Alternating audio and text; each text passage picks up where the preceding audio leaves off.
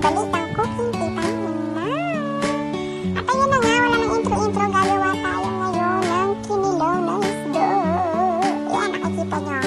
Mister ko yan, nag-dedebone ng isda. At ngayon nga lang nakagawa ng video. Kaya yan, medyo matagalan. Pero ito na naman, ako'y nagbabalik. At natapos na nga pagdedebone at uhugasan ng isda.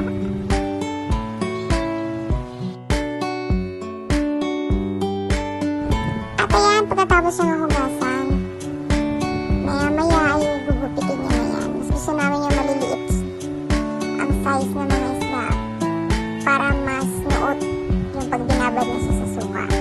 At yan, pumunta na nga ako sa tindahan ng nanay ko. Kumuha na ako niyan. Bumili na ako ng luya, sili, sibuyas, kung ano-ano pa. Parang namamalengke lang ako dyan. Sa part na yan, bahala kayo kung gaano karami yung ilalagay yung ganyan. Pero kasi sa amin, mas gusto namin mas madami. Para lasang-lasa. Yung mga sili, sibuyas, kalamansi. Pero walang bawang ha.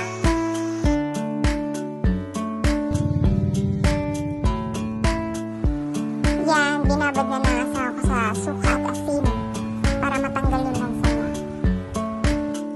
Depende sa inyo kung anong hiwa ang gusto niya, pero gusto namin ganyan, yung mga maliliit.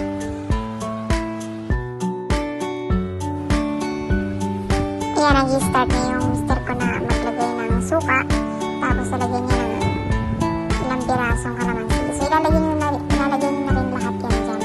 Tapos hahalu-haluin niyo, lalagyan niya ng salt, usually, no? Asin. Depende yun sa panlasa nyo kung gaano kaalat ang gusto nyo. Siyempre, iba-iba naman tayo ng panlasa. Ayan, halu-haluin lang natin yan. Tapos ilagyan na natin yung isda. Tapos halu-haluin ulit. Ganon-ganon lang.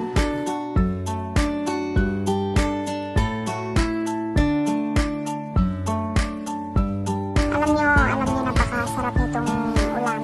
Lalo din sa pulutan. Alam niyo, tipid nga ito gawin kasi hindi na tayo gagamit ng kasunod dito. Ganyan, halo-halo lang. Tapos, sa huli yan, nilagyan niya na ng sili. Diba? Napakarami ng sili. Napakasarap.